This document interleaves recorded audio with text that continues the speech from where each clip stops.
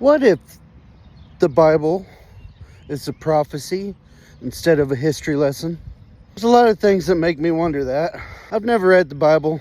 Quite frankly, I don't like reading books that much at all. And it's written in a way that it's kind of hard to understand and don't make sense.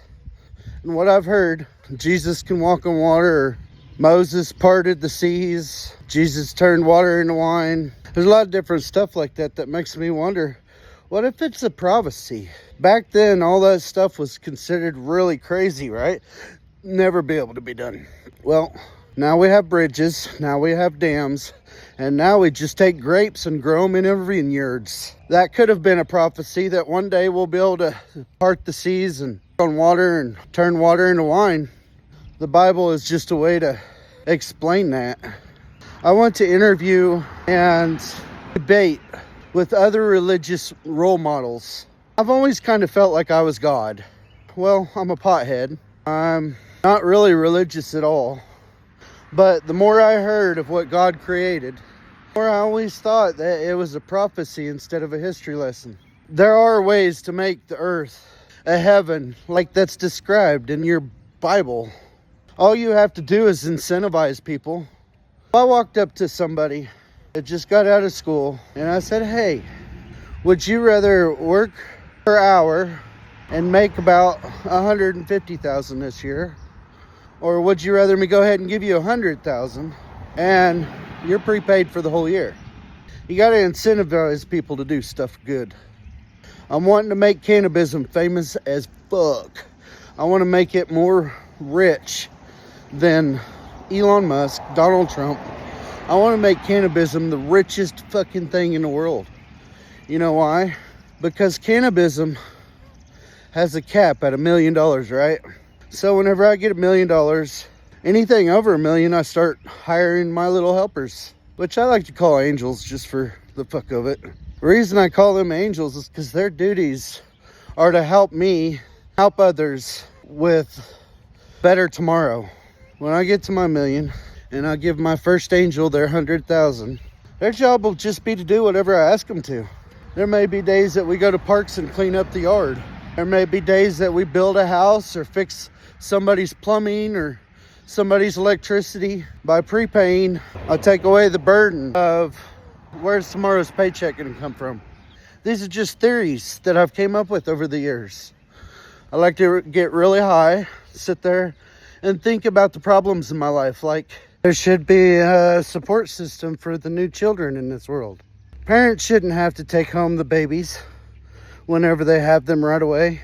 What I think would be cool was create like a nursery at the hospital for parents to take care of their kids. At times they don't want to. Of course, they can come get their kids anytime they want. It would eliminate postpartum depression, because when that mother just gave birth to that baby and she gets home, she don't want to have to worry about taking care of the baby and staying up all night with the baby. It would be better off that the nurses and doctors take care of that baby. It gets fed when it needs to be fed and taken care of when it needs taken care of. Create it to where there's always some kind of support. Like if a parent gets to the point where they just can't handle the kids anymore, Cannabizm will take them from the parents if they would like and try to work with them to make the children less likely to fail in life. It's just an idea that there should be something for parents to leave those children and be raised by the hospital or the schools. That way there isn't a bunch of riddled child abuse. There isn't a bunch of rape and molestation with the kids. Things like that. I've thought up ways to fix a problem.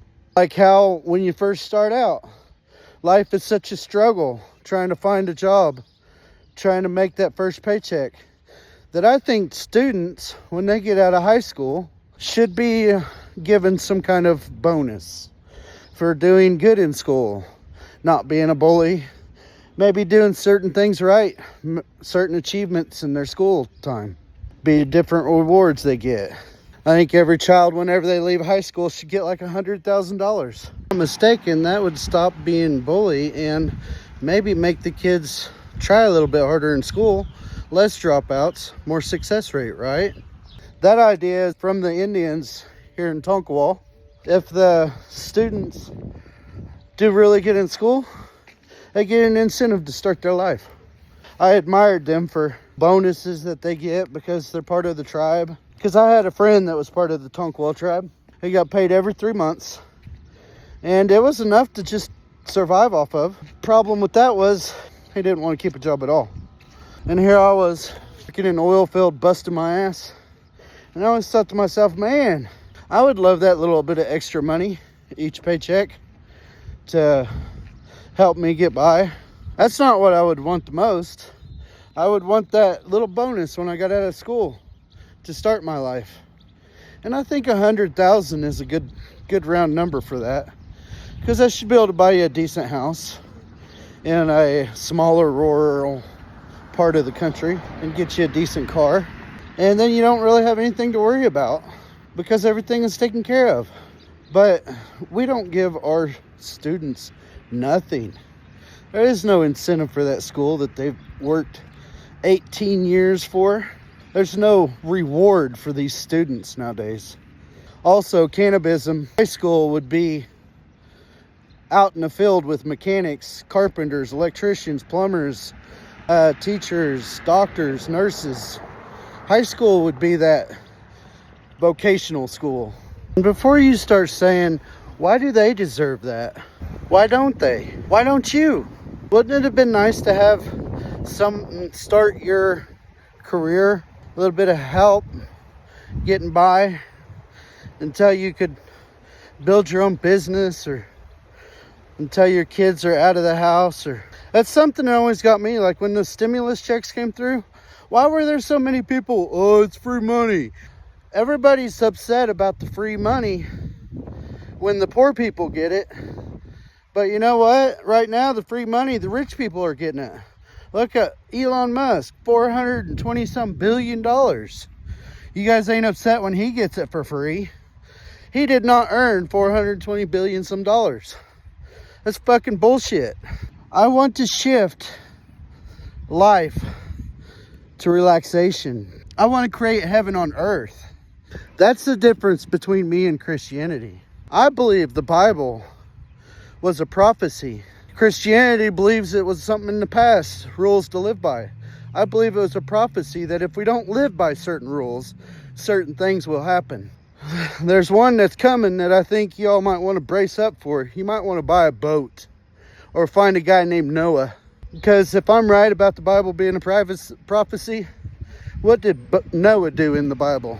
Didn't he build a fucking big ark because a flood came and washed everybody away? Well, guess what's happening right now in Texas? People getting washed away, or lots of people dying, lots of people suffering. Everything's changing. Now, do you want to follow Donald Trump and his hatred, racism? Or do you want to try to find a new leader that wants to work with everybody and make life a little bit easier for anybody? I want everybody, every color of skin, to get along and work together. I think of life as a 4 billion piece puzzle, and I'm trying to put all the pieces together. I think the Bible is a prophecy, and Christians should actually be waiting for God to show them the proper way to do things. And I think I'm that one that knows the proper way to do things. Does that all make sense? But anyways, I'll get on here again and do another sermon some other time. Y'all have a good day, and God bless.